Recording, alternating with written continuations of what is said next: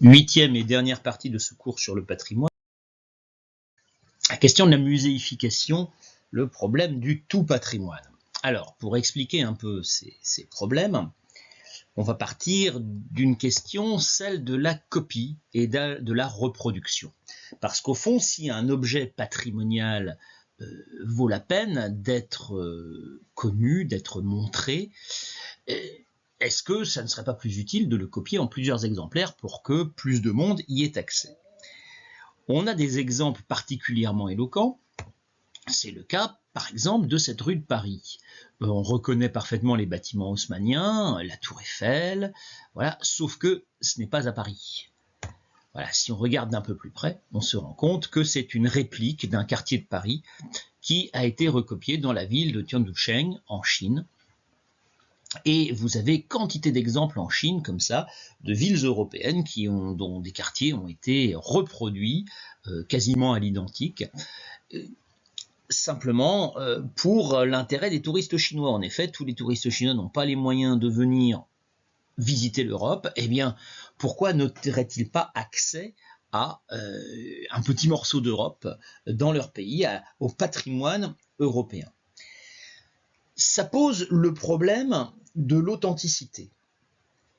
Au fond, le patrimoine, pour qu'on y croie, il faut qu'il soit un peu authentique. Mais en même temps, on dira le patrimoine, c'est une construction. Le patrimoine est toujours une construction.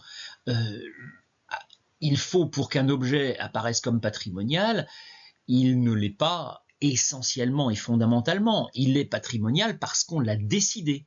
Donc un patrimoine, c'est une construction sociale. Un objet devient patrimonial parce qu'on a décidé qu'il était patrimonial. Alors à partir de là, une copie, si on décide que c'est du patrimoine, eh bien, pourquoi ça n'en serait pas? Pourquoi est-ce qu'un objet ne devient-il pas patrimonial à partir du moment où on l'a affirmé? C'est le d'un monument célèbre qui se trouve dans la Drôme, à Haute-Rive, ce qui est le palais idéal du facteur Cheval. Alors le facteur Cheval était un facteur qui, à chaque fois qu'il faisait sa tournée pour distribuer le courrier, ramassait des cailloux. Et il a fini par accumuler ces cailloux, et il en a fait un palais qui défie tous les genres et tous les styles, et qui a fini par devenir l'élément majeur du patrimoine de la petite ville de Haute-Rive dans la Drôme. Or, ce palais idéal a été dès le départ présenté par le facteur Cheval comme étant un élément de patrimoine, parce qu'il l'avait décrété. Bon, à partir de quand est-ce que on peut dire qu'un objet est patrimonial? Suffit-il de l'affirmer pour le patrimonialiser? De même, se pose la question, quand on parle des copies et des reproductions, se pose la question de la territorialisation. Pour qu'un patrimoine soit authentique, logiquement, il doit être rattaché à un territoire. Si on retrouve le même patrimoine n'importe où, ça perd quand même de son sens. Le patrimoine doit représenter une société, et une société est rattachée à un territoire. Or, à l'heure de la mondialisation, on peut se demander si, à partir du moment où tout le monde connaît le patrimoine des autres, où tout le monde a accès au patrimoine des autres, eh bien, pourquoi ne se diffuserait-il pas des modèles universels, des modèles que on copierait d'une ville à l'autre, d'un pays à l'autre, et qui permettra à chacun d'avoir un élément de patrimoine qui soit sensiblement le même que celui du voisin, mais si possible un peu plus grand, un peu plus monumental. On assiste à une course à la monumentalité. Cette course à la monumentalité apparaît très bien à travers un élément particulier du patrimoine dont on n'a pas encore. Les gratte-ciels. Les gratte-ciels, le premier gratte-ciel, c'était à Chicago en 1884 avec seulement 40 mètres de haut. Depuis, on a largement dépassé cela. Aujourd'hui, le plus haut du monde, alors ce n'est pas encore la tour de Jeddah qui n'est pas terminée, c'est le Burj Khalifa à Dubaï qui atteint 828 mètres. Donc il y a une course à la monumentalité, mais au fond, c'est dans toutes les villes sensiblement le même type d'architecture, le même type de bâtiment, qui doit simplement être un peu plus haut et un peu plus grand que dans les autres villes.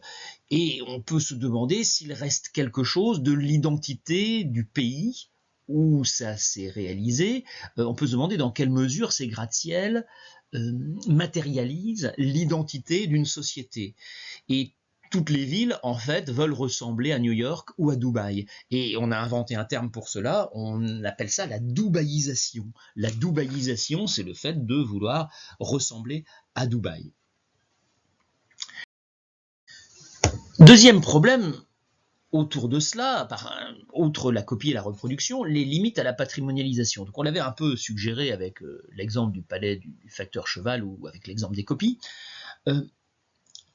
Est-ce qu'il faut tout patrimonialiser ? Jusqu'où est-ce qu'on doit patrimonialiser ? Est-ce qu'on ne pourrait pas imaginer une société où tout serait patrimoine ?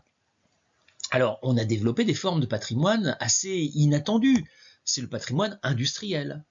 Voilà, des bâtiments industriels qui n'étaient pas du tout faits pour être patrimonialisés, eh bien on en a fait des éléments de patrimoine parce qu'à travers ces bâtiments, il y a une véritable civilisation derrière, il y a la civilisation industrielle. Autre exemple de patrimoine assez inattendu, les Soweto Township Tours.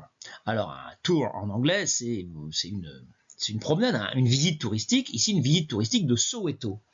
Qu'est-ce que c'est que Soweto ? Soweto, c'est un township. Et les townships, en Afrique du Sud, parce que c'est en Afrique du Sud, ce sont des quartiers, des villes qui étaient, à l'époque de l'apartheid, c'est-à-dire la ségrégation raciale qui a existé jusqu'en 1990 en Afrique du Sud, donc c'est récent, hein, ça ne fait qu'une trentaine d'années que c'est terminé.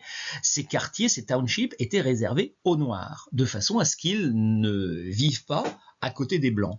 Et chaque ville sud-africaine a ces townships qui sont devenus d'immenses quartiers, et le plus grand, c'est Soweto. Donc Soweto, en fait, c'est l'acronyme de Southwestern Township, donc le quartier du sud-ouest, réservé aux Noirs, dans la ville de Johannesburg, qui est la plus grande ville d'Afrique du Sud.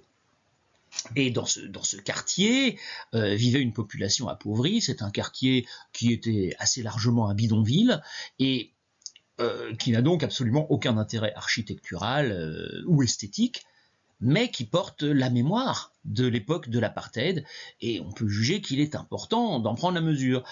Sauf qu'aujourd'hui, ce quartier qui est toujours habité est habité par des gens qui sont toujours pauvres, dont la grande majorité sont toujours noirs d'ailleurs. C'est un quartier où règne la criminalité et où les trafics en tout genre. En faire un lieu de visite touristique peut paraître peut-être un peu voyeuriste.